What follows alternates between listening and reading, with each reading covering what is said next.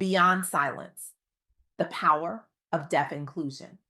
Have you ever felt invisible in a crowded room? That moment when everyone seems to be connecting, laughing, sharing, except you're somehow outside of it all. Now imagine feeling that way every single day, in every meeting, on every bus ride, at every family gathering. This is the reality for millions of people in the deaf community, not occasionally, but constantly. I recently had the privilege of interviewing Karen Hanna, a revolutionary force in deaf advocacy whose work has fundamentally transformed how we understand deaf culture and inclusion.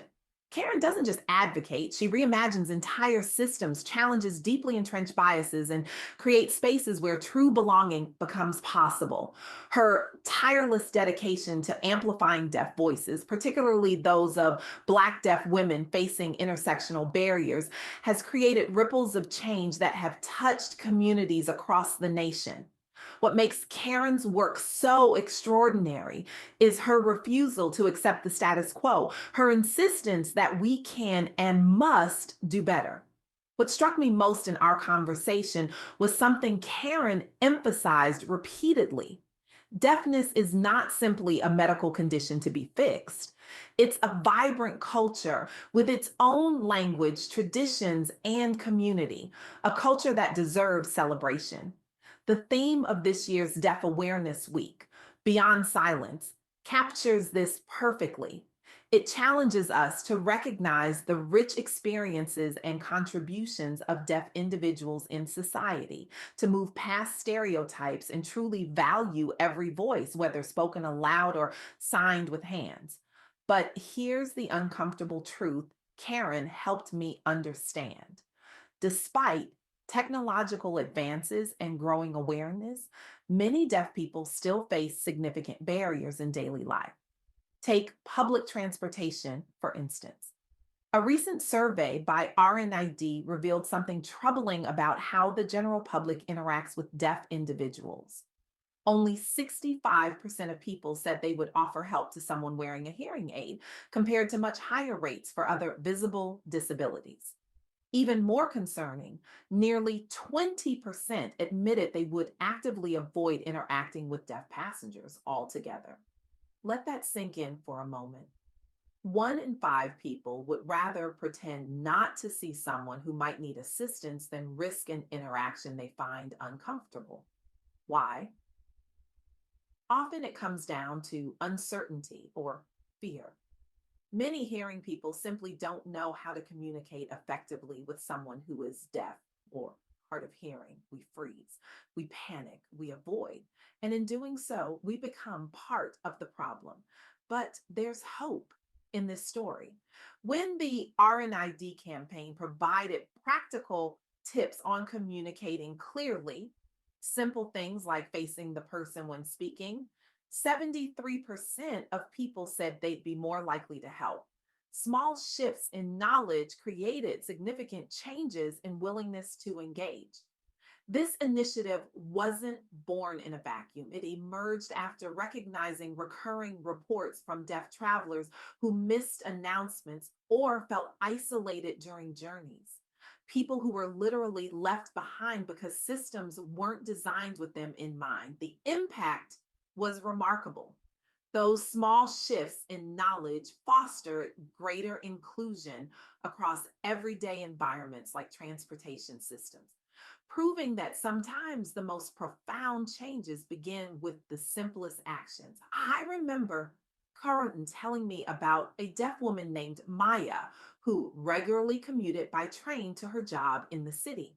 One day, an unexpected track change was announced over the loudspeaker. Everyone moved quickly to a different platform. Everyone except Maya, who had no way of knowing what was happening. She sat alone, watching people rush away, feeling that familiar sense of isolation wash over her. A young man noticed her sitting there. Instead of avoiding eye contact or assuming someone else would help, he approached her, made sure she could see his face, and slowly mouthed, "Train changed, different platform." He then gestured for her to follow him. That simple interaction, that moment of being seen, meant everything to Maya. Not because she couldn't have eventually figured it out herself, but because someone recognized her humanity and chose connection over avoidance. Karen shared another powerful example with me that illustrates how intentional inclusion transforms workplaces. During Deaf Awareness Week 2025, several organizations launched free resources encouraging employees to learn British Sign Language. The challenge was clear. Many workplaces lacked staff trained in BSL or failed to provide interpreters at meetings and events. This severely limited full participation by deaf professionals. Think about that. Imagine having the qualifications, the expertise, the passion for your job, but being unable to fully contribute because the environment itself blocks your participation. Not because of any limitation you have, but because others haven't created space for your way of communicating. One company Karen highlighted took a particularly innovative approach. Rather than treating sign language as an accommodation for deaf employees, they positioned it as a valuable professional skill for everyone.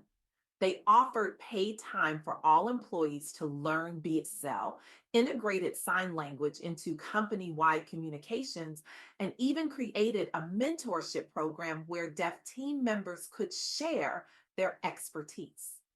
The results were transformative. Employees reported increased confidence communicating with deaf colleagues.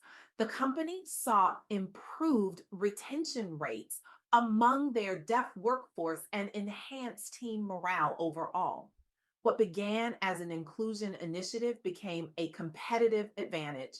Clients were impressed by the company's commitment to accessibility, and the organization gained reputation as an employer of choice. This wasn't just a feel good initiative. It addressed real pain points identified by deaf staff who reported feelings of exclusion during routine interactions like team briefings or social gatherings. Hundreds participated nationwide, and several businesses committed long term funding toward ongoing training initiatives beyond just one awareness week. The impact went beyond individual companies. It helped shift workplace cultures toward genuine inclusivity rather than token gestures. As Karen emphasized to me, true inclusion isn't checking a box, it's changing how we show up for each other every day. Perhaps most inspiring was the UK-wide Beyond Silence campaign Karen highlighted, which hosted events where both hearing and non hearing participants could share stories through art, performance, and panel discussions centered on lived experiences within the deaf community. Before these events existed, public misconceptions often led to isolation for many attendees.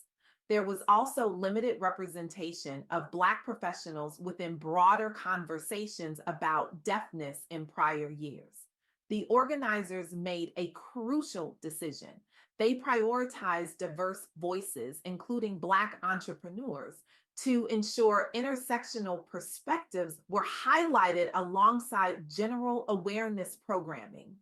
This intentional approach made all the difference. Attendees reported feeling seen and heard for the first time at such scale. New collaborations formed between advocacy groups representing different communities within the larger tapestry of British society. The campaign was inspired by feedback that previous initiatives had failed to go beyond silence into true amplification of marginalized stories.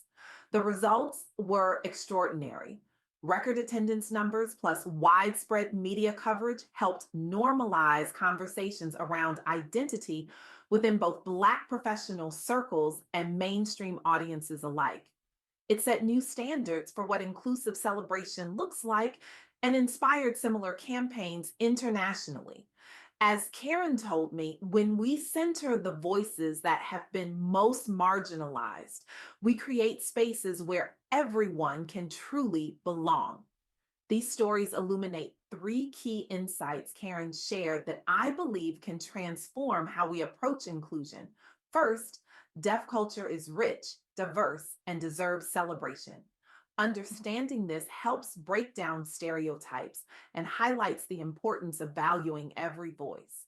Second, everyday barriers still exist, and inclusion requires action. Despite progress, many challenges persist, often made worse by uncertainty among hearing people about how to communicate effectively. Third, everyone has a role in creating an inclusive world. True inclusion goes beyond passive acknowledgement. It means actively learning about deaf experiences, advocating for accessibility, and challenging our own assumptions. So, where do we go from here? What can each of us do to move beyond silence into meaningful connection? Karen suggests starting small, but starting now. Learn one new fact about deaf culture today, or take your first step toward learning American Sign Language. If you're unsure where to begin, reach out to trusted organizations like a Silent World Deaf Center. In your workplace, advocate for captioned videos in all company communications. Request sign language interpreters for events. Ask about accessibility before planning meetings, not as an afterthought. On public transport, make eye contact. Face the person when speaking. Use clear, natural speech, not exaggerated movements. Write things down if needed. Simple actions that acknowledge someone's humanity can make all the difference.